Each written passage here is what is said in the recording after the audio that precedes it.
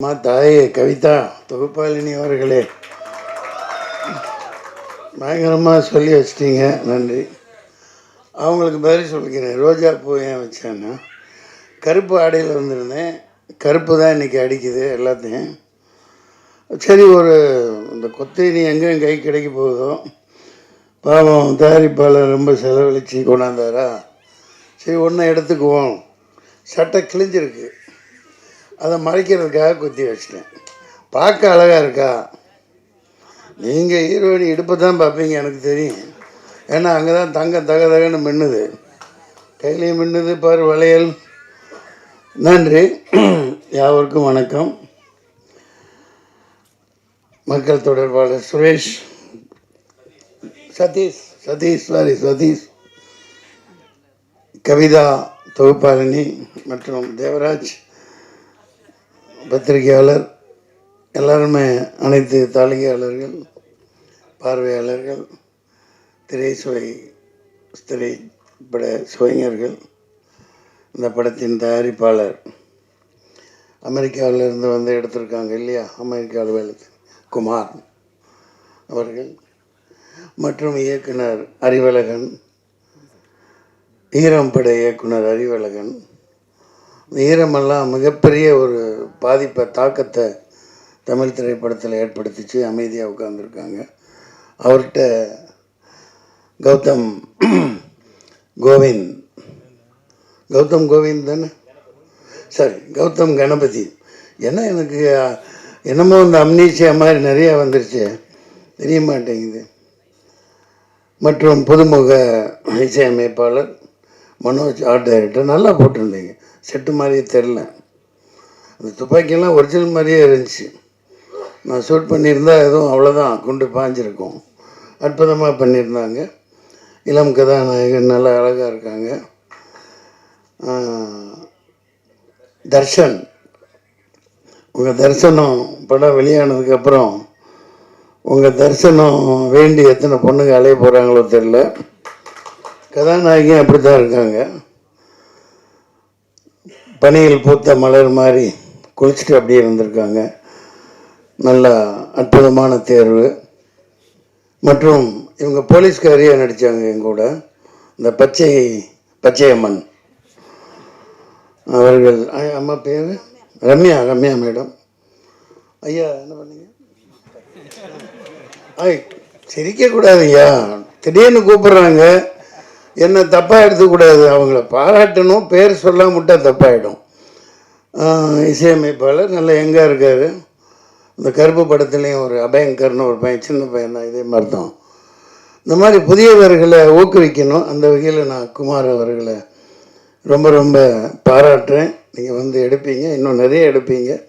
இந்த update pictures அப்டேட்டாக அடிச்சு தள்ளிட்டு போயிட்டே இருக்கும். இன்னும் சண்டை காட்சி நிபுணர்லாம் விட்டுட்டேன். ராம்போ ராஜ்குமார்கிட்ட ஒர்க் பண்ண அப்பா பேர் என்ன, பிரகாஷ், பயங்கரமாக அவர் கூட இருப்பார். அவரோட சன்னு, அவருடைய மகன் சண்டை காட்சியெல்லாம் பண்ணியிருக்காங்க. பார்க்க ஒரு சண்டை காட்சி நிபுணர் மாதிரியே இல்லை, பெரிய ஒரு ஹாலிவுட் ப்ரொடியூசர் மாதிரி.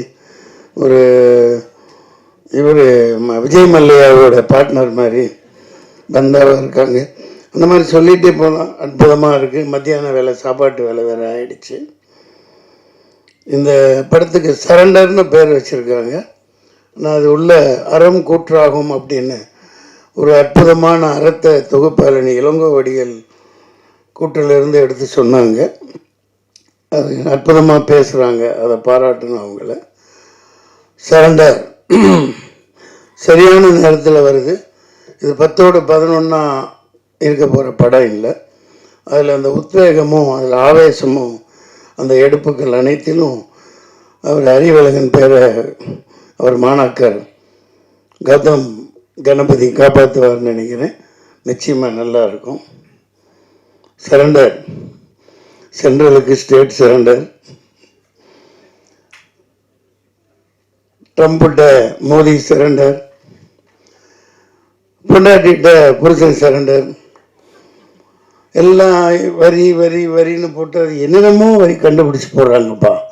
இந்த நிர்மலா சீதாராமன் மேடம் எங்கே தான் கற்றுக்கிட்டு வந்தாங்களோ தெரில. சட்டியே பகுத்து விட்டுருவாங்க போல். எல்லாம் இருக்கிற எல்லாத்தையும் அந்த வரி இந்த வரி லொட்டு வரி லொஸ்கு வரி இன்கம் டேக்ஸ் கட்டுறோம், கமர்ஷியல் டேக்ஸ் கட்டுறோம், அப்புறம் என்ன ஜிஎஸ்டி, அப்புறம் ஸ்டேட்டு சென்ட்ரலு எல்லாம் ஒன்றுக்கு 4 முறையில் வசூலை பண்ணி மக்கள்கிட்ட எல்லாத்தையும் அவுத்துட்டு விட்டுறதுனால மக்கள் எல்லாம் கவர்மெண்ட்டுக்கு சரண்டராக இருக்காங்க. அதனால் இந்த தேர்தலில் ஒரு மாற்றமும் புரட்சியும் வெடிக்கணும் இந்த படம். அதுக்கு ஒரு முத்தாய்ப்பாக அமையும்னு நினைக்கிறேன். இனிய மத்தியான வேலை உங்களை சந்தித்ததில் மகிழ்ச்சி. இதுவும் பிரியாணி போடுறீங்களா? சாப்பிட்டீங்களா? அதுக்கு இல்லை கேட்டேன். மதியான வேலையாச்சே முடிஞ்சு போனோம்னா சாப்பிடணுமே மக்கள், அதெல்லாம் போடுவாங்க. உங்களை சந்தித்ததில் மகிழ்ச்சி. இதில் நான் எனக்கு என்ன பிரச்சனைன்னா 2 நிமிஷம் எடுத்துக்கலாம். எனக்கு போவேன், என் மேனேஜர் சொல்லுவான் இங்கே ஷூட்டிங்க இந்த இது அவ்வளோதான். நான் யாரும் என்னென்ன பார்க்க மாட்டேன். அதனால தான் கொஞ்சம் அந்த அறிவுலகனை பார்த்து எனக்கு அடையாளம் தெரியல சொல்கிறது இல்லையா. நான் பாட்டுக்கு நடிப்பாச்சு முடிச்சுட்டு நான் பாட்டுக்கு வண்டியில் உட்காந்து போயிட்டே இருப்பேன். அப்படி பழகிட்டோம் இவ்வளோ வரைக்கும். அதனால் பல இழப்புகளை நான் சந்திச்சிருக்கேன். பட்டு நம்ம அதிகமாக லோடு எடுத்துக்க முடியாது இல்லையா. அந்த வகையில் இப்போது பல படங்கள் வந்துக்கிட்டே இருக்குது.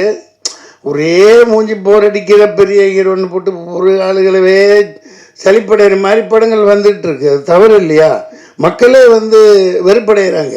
என்னடா இவன் படத்தை போய் எத்தந்தாவிடா பார்க்குறது, வேறு நடிகனே குணம் பார்க்குறது இல்லையா அப்படின்னு. அதனால் நீங்கள் சரியான தேர்வு யங்ஸ்டர்ஸை ஊக்குவிக்கணும். கதைகளே அந்த மாதிரி பயங்கரமாக செலவழித்து எடுத்திருக்கீங்க. இந்த படம் மிகப்பெரிய வெற்றி அடையும். நன்றி, வணக்கம்.